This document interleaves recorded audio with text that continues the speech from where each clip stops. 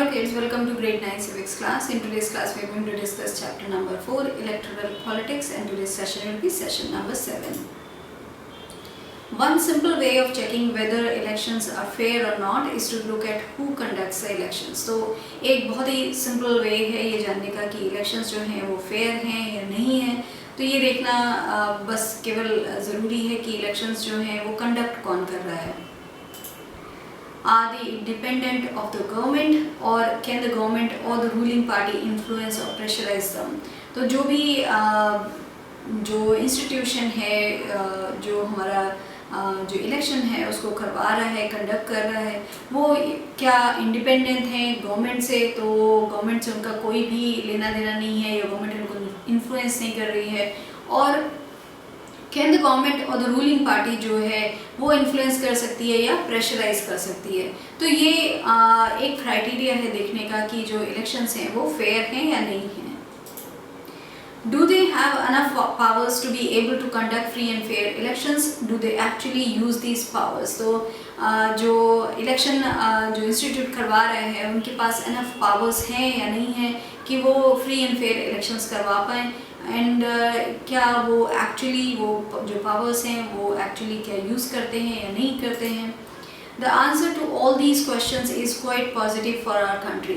In our country, elections are conducted by an independent and very powerful election commission. तो ये जो answer है इन सारे क्वेश्चंस का जो अभी तक हम लोगों ने देखे उनका जो आंसर है वो हमारी कंट्री के लिए that is very positive for our country.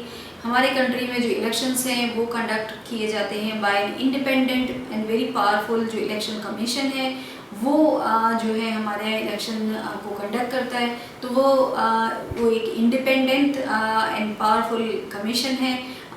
Independent है इसका मतलब उसको कोई भी जो पार्टी है या फिर गवर्नमेंट है वो उसको इन्फ्लुएंस नहीं करती है. सो दैट इज़ वाई जो इलेक्शन कमीशन है वो इंडिपेंडेंट है एंड उसको इलेक्शन जब वो कंडक्ट करते हैं तो कोई भी उनको प्रेशराइज नहीं करता है फॉर एनीथिंग.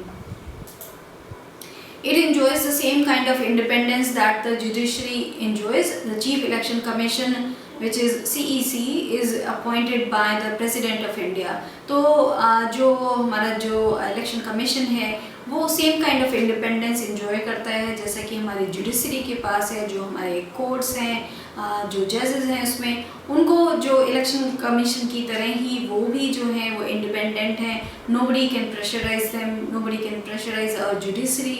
तो उसी तरीके से जो इलेक्शन कमीशन है उनको भी nobody can pressurise.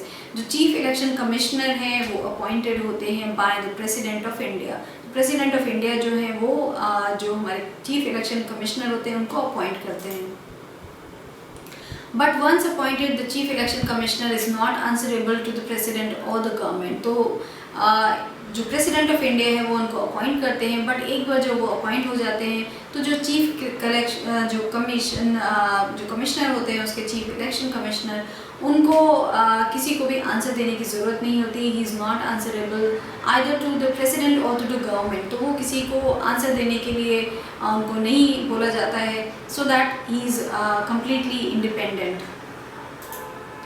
Even if the ruling party or the government does not like what the commission does, it is virtually impossible for it to remove the CEC. तो अगर जो रूलिंग पार्टी है और the government अगर उनको अच्छा भी नहीं लगता है कि what ever the commission is doing, what ever वो कुछ भी चीज़ें जो मना करते हैं करने के लिए फॉर द रूलिंग पार्टी और फॉर द गवर्नमेंट, उनको चाहे अच्छा लगे या ना लगे, even if they like it और नॉट, ये वर्चुअली इम्पॉसिबल होता है कि CEC को रिमूव किया जा सके.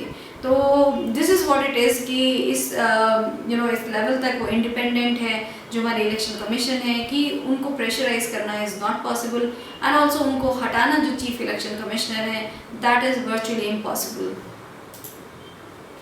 EC takes decision on every aspect of conduct and control of elections from the announcement of elections to the declaration of result. तो जो इलेक्शन कमीशन है वो डिसीजन लेता है सारे एस्पेक्ट ऑफ जो conduct and control of elections होता है from the announcement of elections to the declaration of results। तो जब से अनाउंसमेंट होता है इलेक्शंस का एंड उससे लेके जो डिक्लेरेशन होता है रिजल्ट्स का, उस सारा तक वो जो सारा सब कुछ है फ्रॉम द अनाउंसमेंट जो इलेक्शंस का है एंड डिक्लेरेशन ऑफ रिजल्ट तक, उसका सारा जो काम है वो इलेक्शन कमीशन देखता है। उसका इलेक्शन कमीशन जो है that conducts each and every aspect of it and वो कंट्रोल भी करते हैं पूरे इलेक्शंस को। It implements the code of conduct and punishes any candidate or party that violates it। तो जो इलेक्शन कमीशन है वो कोड ऑफ कंडक्ट जो है उसको वो इम्प्लीमेंट करते हैं एंड ऑल्सो कोई भी अगर कैंडिडेट है वो या फिर पार्टी है जो वायलेट करती है any of the code of conduct जो होते हैं तो उनको पनिश भी करते हैं वो। And code of conduct is actually जो हिंदी में हम लोग बोलते हैं वो होती है आचार संहिता। तो बच्चों आप लोगों ने सुना होगा कि जब इलेक्शन होते हैं उसके पहले आचार संहिता लग जाती है, तो that is what is code of conduct and everybody all the candidates और द पार्टीज जो हैं उनको मानना पड़ता है वो code of conduct. During the election period, the EC can order the government to follow some guidelines to prevent use and misuse of governmental power to enhance its chances to win elections or to transfer some government officials। तो जब election होते हैं उस period में during the election period जो election commission है वो order कर सकती है गवर्नमेंट को टू फॉलो सम गाइडलाइंस, जो कोई भी गाइडलाइंस वो चाहते हैं कि गवर्नमेंट फॉलो करे, so they can order that to the government and to prevent use and misuse of governmental power to enhance its chances to win election। तो अगर उनको लगता है इलेक्शन कमीशन को कि उनको कुछ गाइडलाइंस जो है गवर्नमेंट को देनी चाहिए जिससे कि उनका जो use and misuse of governmental power है उसको वो प्रिवेंट कर सकें, जिससे कि वो chances of winning election of the जो गवर्नमेंट है उसका किसी भी तरीके से उनके फेवर में ना हो, तो this is what they can order the government. और वो ये भी गवर्नमेंट को ऑर्डर दे सकते हैं कि वो कुछ गवर्नमेंट ऑफिशियल्स जो हैं उनको ट्रांसफ़र कर दें। So this all remains in the hands of election commission alone. When on election duty, government officers work under the control of EC and not the government। तो बच्चों आप लोगों ने ये भी सुना होगा कि इलेक्शन की ड्यूटी लगती है जो गवर्नमेंट ऑफिशियल्स होते हैं उनकी इलेक्शन की ड्यूटी लगती है। तो व्हेन जो गवर्नमेंट ऑफिशियल्स हैं when they are on election duty तो वो गवर्नमेंट के अंडर में उस टाइम काम नहीं करते हैं, वो काम करते हैं अंडर जो इलेक्शन कमीशन है उनके।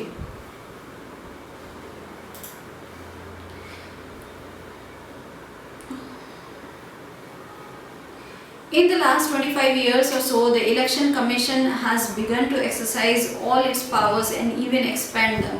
तो last 25 years में almost जो Election Commission है उन्होंने अपनी जो पावर्स हैं उनको एक्सरसाइज करना शुरू किया है एंड इवन उनको एक्सपैंड भी करना शुरू किया है।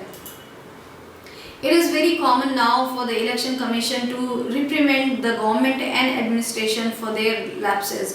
तो ये बहुत कॉमन है इलेक्शन कमीशन जो रिप्रीमेंट करती है गवर्नमेंट को या फिर एडमिनिस्ट्रेशन को अगर वो कुछ लैप्सेस करते हैं तो उसके लिए। When election officials come to the opinion that polling was not fair in some booths or even an entire constituency, they order a repoll।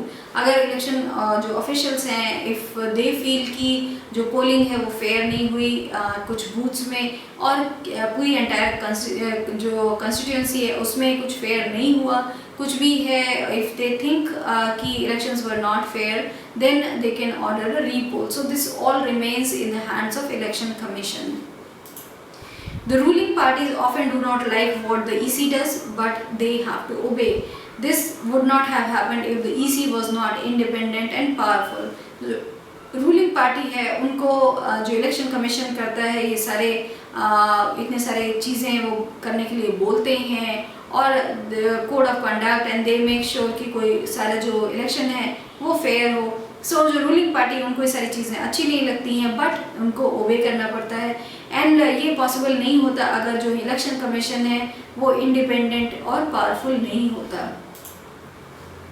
So in this session we have discussed about the election commission and how powerful and independent हमारा जो election commission है वो है and किस तरीके से they have all the powers। तो अगर उनको लगता है कि फेयर इलेक्शन नहीं हुए they can ask for a repoll and they make sure कि गवर्नमेंट को whatever orders they want to give for जो फेयर इलेक्शन है उनके लिए so they are free to do that। This is all that we have discussed in this session. Thank you.